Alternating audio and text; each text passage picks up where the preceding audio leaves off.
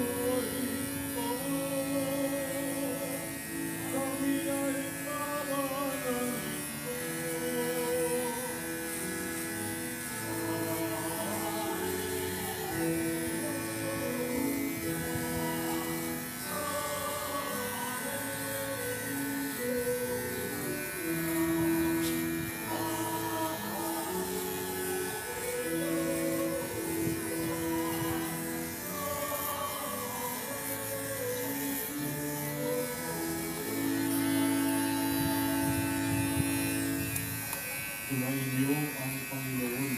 at sumaiyo rin. Ang mabuting balita ng Panginoon ayon kay San Marcos. Papuri sa iyo, Panginoon.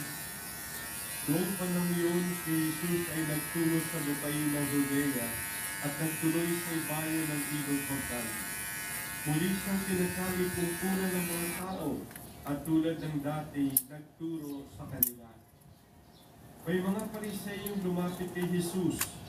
Ibig nilang masilo siya kaya kanilang tinanong, naaayon ba sa kautusan na hiwalayan ng lalaki ang kanyang asawa? Sabi niya, ano ang utos sa inyo ni Moises? Sumagot naman sila, ipinahintulot ni Moises na hiwalayan ng lalaki ang kanyang asawa matapos bigyan ng kasulatan sa paghihiwalay. Ngunit sinabi ni Jesus, dahil sa katigasan ng iyong ulo, kaya niya inilagda ang utos na ito. Subalit sa pasimulata, ng likhain ng Diyos ang sanlibutan, dinalang niya silang lalaki at babae. Dahil dito'y iiwan ng lalaki ang kanyang ama at ina at magsasama sila ng kanyang asawa at sila'y magiging isa. Kaya't hindi na sila dalawa, kundi isa. Ang pinagsama ng Diyos ay huwag paghiwalayin ng tao. Pagdating sa bahay, ang mga alagad naman na nagtanong kay Jesus tungkol sa bagay na ito. Sinabi niya sa kanila, ang sino mang lalaking humiwalay sa kanyang asawa at mag-asawa sa iba ay gumagawa ng masama sa kanyang asawa. Siya'y nangangalo niya. At ang babaeng humiwalay sa kanyang asawa at mag-asawa sa iba ay nangangalo niya rin. Mga kapatid, ang mabuting balita ng Panginoon. Pinupuri ka namin, Panginoong Jesucristo. Magsilpo muna tayong lahat. Ang katagang pagkakasal, marriage, para sa mga Hudyo ay nangangahulugan ng pagpapabanal, sanctification, consecration. Yun ang ibig sabihin sa kanilang salitang pagkakasal. Ninanais ni Jesus ng sino mang tutugon sa tawag sa pag-aasawa ay maging huwaran sa kabanalan. Isang bukasyon, isang pagtawag mula sa Diyos, tawag para sa banal na pamumuhay. Kaya kung may bukasyon sa pagpapari, bukasyon din yun sa pag-aasawa. At kapwa, tinatawagin tayo sa banal na pamumuhay. Yun ang ating kantungan, banal na pamumuhay. Tinatawag tayo upang magpakabanal. Sa kasal, ang lalaki ay tinatalaga sa babae. At ang babae sa lalaki sa banal na pagsasama. Nagiging eksklusibong pag-aari nila ang isa't isa. Kaya nga sabi sa Biblia, iiwan ng lalaki ang kanyang ama at ina at magsasama sila ng kanyang asawa at sila ay magiging isa. Kaya hindi na sila dalawa, kundi isa. They become so totally one that they may be called one flesh. Kaya ang tawag natin sa Pilipino, pag-iisang dibdib, pinag-iisang lalaki at ang babae. Tulad ng pag-iisa ni Jesus at ng ilang simbahan. Si Jesus ang ulo at tayo ang katawan. Kaya banal na pagsasama. That's God's ideal of marriage. Huwaran sa kabanalan. At para ipakita kung gaano kahalaga sa Diyos ang kabanalan ng pag-aasawa, naglagay ng batas ang Panginoon tungo sa ganap na ikapagkakaisa at ikapananatili ng pagsasama ng mag-asawa habang nabubuhay, the unity and indissolubility of marriage. Sabi ng Panginoon, ang pinagsama ng Diyos ay huwag paghiwalayin ng tao. Napakalinaw nun. What God has joined together, no human being must separate. Kamatayan lamang ang kailangan mamagitan sa kanila upang magkahiwalay. Kamatayan lang. Yan ang batas ng kasal Kristiyano. Pagsasama habang nabubuhay. Till do us part. Yun ang binibitiwang pangako sa kasal. Kaya, ang pag-aasawa ay hindi pakikipaglaro na kung makita mong madaya o asiwa ang kasama, ay maaaring ayawan ng gano'n at sunang ang kalaro. Hindi gano'n. Hindi rin yung pagkain may luluwa mo kung hindi mo magustuhan ng lasa. Ang asawa ay hindi isang bagay lamang o pag-aari na maaaring palitan kung sinasawaan ng gamitin. Hindi gano'n. Ang pagtanggap dito ay paragitan. No return, no exchange. Siya ang pinili mo, siya ang pakasamahin mo sa buong buhay. Pero may mga taong pagpipilitan ng tanong na, paano naman, Father, kung talagang hindi magkasundo? Naging bugbog sarado yung babae, nasinggero yung lalaki. Paano yun? Malinaw ang narinig natin sa unang pagbasa sa aklat ni Sirach. Sabi niya, bago ka makipagkaibigan kanino man, subukin mo muna siya at huwag mo siyang pagtitiwalaan agad. Sabi sa unang pagbasa, sabi pa, may mga kaibigan mapagsamantala.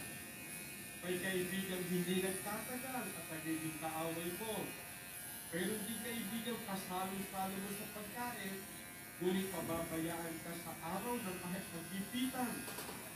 Kaya mag-ingat ka sa pakikipagkaibigan. Turo sa aklat ng Sirach. Madaling sabi, kilalanin mong mabuti. Huwag kang padalos-dalos. Huwag puro damdamin. Gamitin mo rin ang isip mo, ang utak mo. Sabi nga ng mga matatanda, bago mo gawin ang isang bagay, baka 10 beses mong pag-isipan. Pinag-iisipan. Hindi padalos-dalos. Sabi pa nga ni Pope Francis, nung pumunta siya dito sa Pilipinas noong 2015, sa UST grounds, sa mga kabataang na nga nakaipon doon, sabi ni Pope, think well, feel well, do well.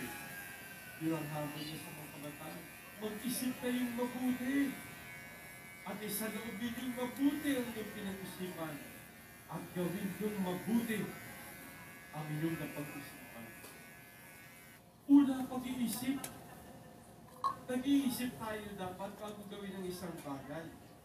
Hindi bara-bara. Hindi kahit ano pwede. Hindi pwede yun. Kinakailangan pinag-iisipang mabuti ang ganitong bagay. Sa bandang huli, ng unang pagbasa sa aklat ng Sirach, sabi niya, ang matapat na kaibigan, parang matibay na kuta. Pag natatagpo ka ng tulad niya, parang kang nakahukay ng malaking kayamanan. Walang kasing halaga ang matapat na kaibigan. Hindi siya matutumbasan ng gaano magsalapi. Ang matapat na kaibigan parang gamot na nagbibigay buhay.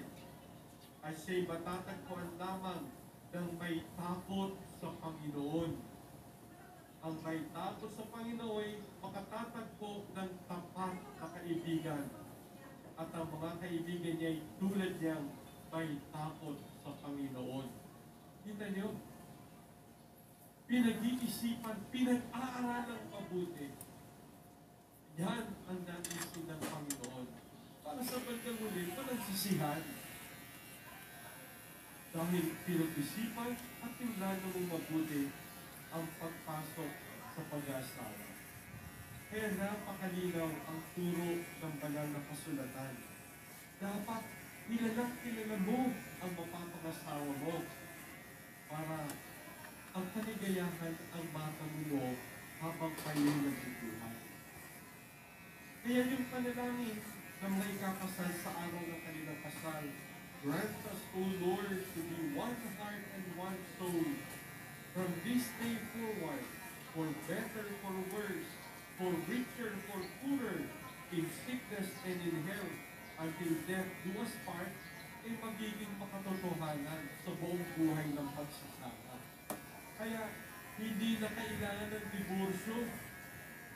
Kasi pinag-isipan mong mabuti yung pagpasok sa pag-aasawa at inilala mong mabuti ang iyong mapapangasawa. Kaya, handang-handa kang harapin ang tawag ngayon sa pag-aasawa upang makapamuhay ng banal habang ay naglalakbay sa banal pagbukas. Ito ang turo ng ating Panginoon, ng ating Pong Jesus Nazareno, na naway maging gabay natin sa mga mag-asawa at sa mga mag-aasawa upang sa gayon ay maging lubos ang kanilang pagtanggap sa tawag ng poon sa buhay ng kabanalan sa pag-aasawa. Amen. Magsitayo na po ang lahat.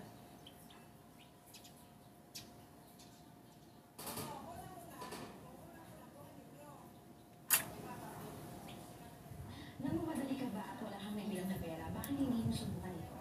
Up to 30,000 pesos ang pwede mong hiramin, mababang interest. Maaari mo bayaran ang utang sa loob ng 7 years. Simple ang application process, kailangan na lang ng informasyon at phone number. Tatlo o apat na beses na ako naghiramin mo sa tuturo ang pagkakapitalaan. Ganito, i-click mo na ang link sa baba para makapag-apply ng hinalang sa akin. Kambalita, loan app na pinagkakatiwalaan ng 8 million customers, trending. Alam natin kung bakit. Okay naman si Mala. Dahil naman qualified na ang kailangan ko para mag-apply. Panatag ako na reject ang tala dahil regulated and easy and yes. Nakitulong rin dahil up to 25,000 ang pwede mahiram. At ayun na nga ang latest na balita. Kaya ang kamang bayan, kapag-download ka na ba? Download Tala na on Google Play.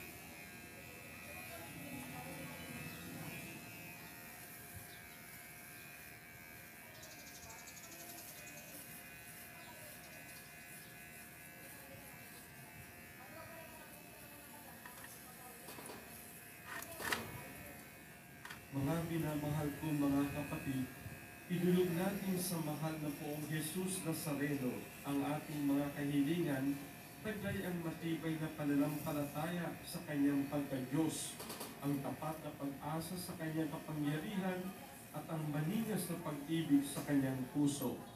Sa bawat kahilingan, ating itutugon, mahal na Poong Jesus Nazareno, kaawaan mo kami. Mahal na poong Jesus Nazareno, kaawaan mo kami. Upang ang Eucharistia na ating tinatanggap sa komunyon at inihahandog sa misa bilang alaala ng mga hirap na mananako ay magdulot sa ating nawagan sa pagmamahal sa Diyos at sa kapwa. Manalangin tayo. Mahal na poong Jesus Nazareno, kaawaan mo kami. Upang ang panalangin ni Jesus Nazareno sa halamanan ng Gethsemane, na dito'y pinawisan siya ng dugo, ay maghasik sa atin ng pagkahigit sa panalangin, na siyang mabisan muna sa lahat ng karamdaman ng tao. Manalangin tayo. Mahal na poong Jesus Nazareno, kaawaan mo kami. Upang ang kanyang koronang tinig, gamit ang purpura at krus, ay magpaalala sa atin na ang kanyang mga aral at simulain bilang hari ng sanlibutan ay dapat maghari sa ating isipan, angkan at lipunan. Manalangin tayo. Mahal na poong Jesus Nazareno, kaawaan mo kami. Upang sa bisa ng kanyang pagpapasa ng krus sa mga lansangan ng Jerusalem, ay matuto tayong makiramay at makihati sa mga kahirapan at tiisin ng kapwa. Manalangin tayo. Mahal na poong Jesus Nazareno, kaawaan mo kami.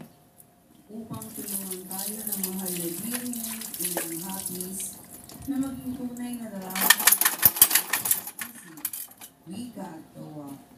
Nang sa gayon ay makamit ang ating kahilingan sa Poong Jesus Nazareno. Manalangin tayo.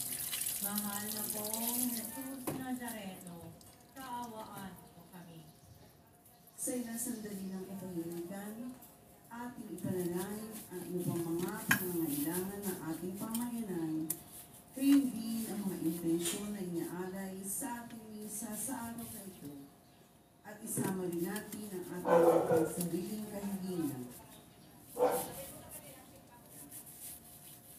Manalangin tayo. Mahal na pong Jesus Nazareno, kaawaan mo kami. Ama namin mapagmahal, nahayag sa salita, gawa, buhay sa kamatayan ng iyong anak na ang Diyos ay pag-ibig. Maipahayag ginawa namin ang katotohanan ito sa pamagitan ni Jesus Nazareno, Panginoon namin, magpasawalang hanggan. Amen. Magsilpo muna ang lahat.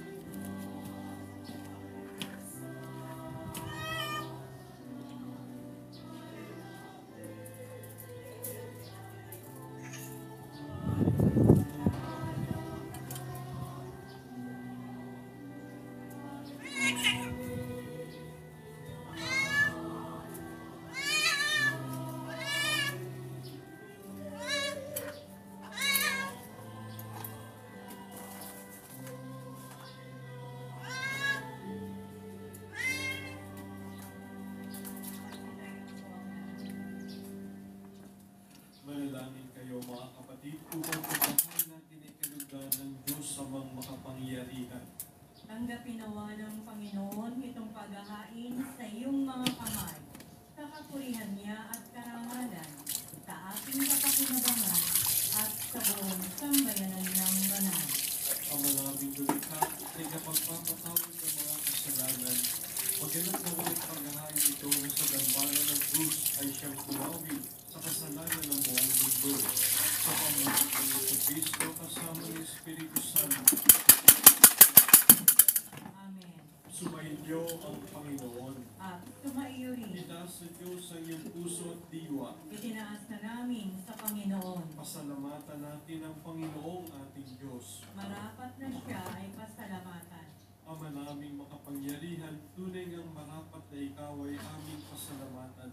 Iyong ipinasyang sa kahoy na krus ang sangkatauhay tubos ni Jesus. Sa punong kahoy na nagkapuwang ng kamatayan, sa kahoy na krus itinangkad ang pagkabuhay. Sa punong kahoy na naig ang sumuway sa kahoy na krus ay nadiig ng kasuluring anak mo. Kaya kaisa ng mga anghel nagsisiawit ng papuri sa iyo na walang humpay sa kalangitan, kami nagbubunyi sa iyong kadakilaan.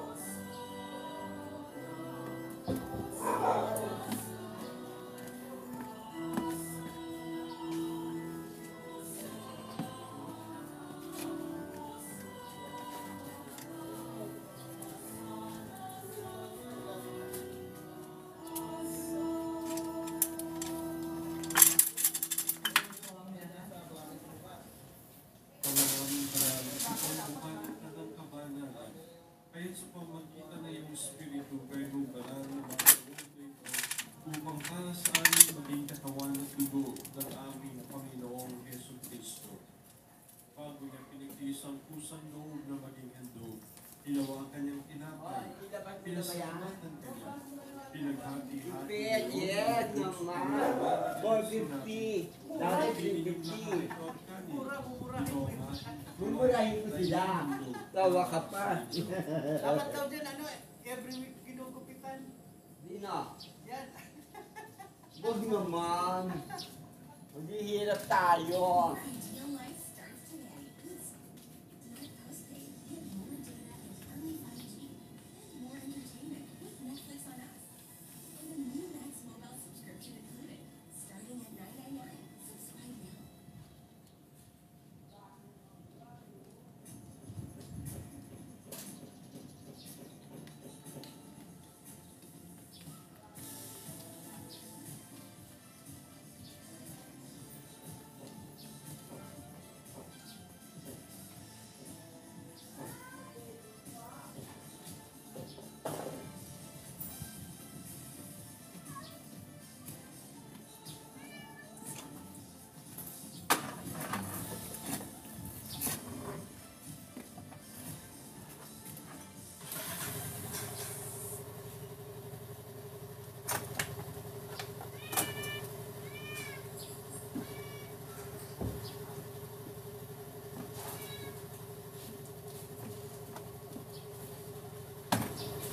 Ginawa niya matapos ang magulang, ginawa kanyang anis, kulit kanyang pinasalamatan. Tinagot niya ang anis sa kanyang mga pinaganan sinabi, tanggapin yung lahat ng aking umin, ito ang anis ng aking dugo, ng bagong walang hanggang tipan. Ang aking dugo na ibubuhos para sa inyo at para sa lahat, sa kapagpapatakas ng mga kasalanan. Gawin niyo ito sa pag-alala sa akin.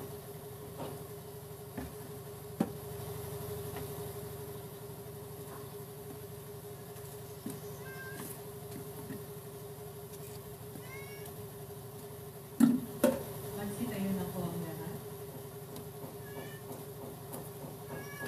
Ipagduli natin ang misteryo ng pananampalataya. Si Kristo'y namatay, si Kristo'y nabuhay, si Kristo'y babalik sa wakas